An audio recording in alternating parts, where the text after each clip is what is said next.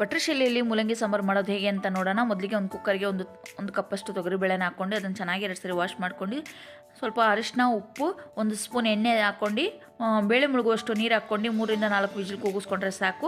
Next ಇಲ್ಲಿ ಮೂಲಂಗಿ ನೋಡ್ತಾ ಇರ್ಬೋದು, ಈ ರೀತಿ ಕಟ್ ಮಾಡಿ ಇಟ್ಕೊಂಡಿದ್ದೀನಿ.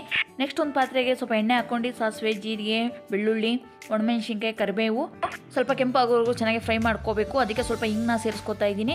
ಚಿಕ್ಕದಾಗಿ ಹೆಚ್ಚಿಟ್ಕೊಂಡಿರುವಂಥ 2 ಈರುಳ್ಳಿನ ಅದನ್ನು ಹಾಕ್ಕೊಂಡು ಚೆನ್ನಾಗಿ ಬಾಡಿಸ್ಕೋಬೇಕು.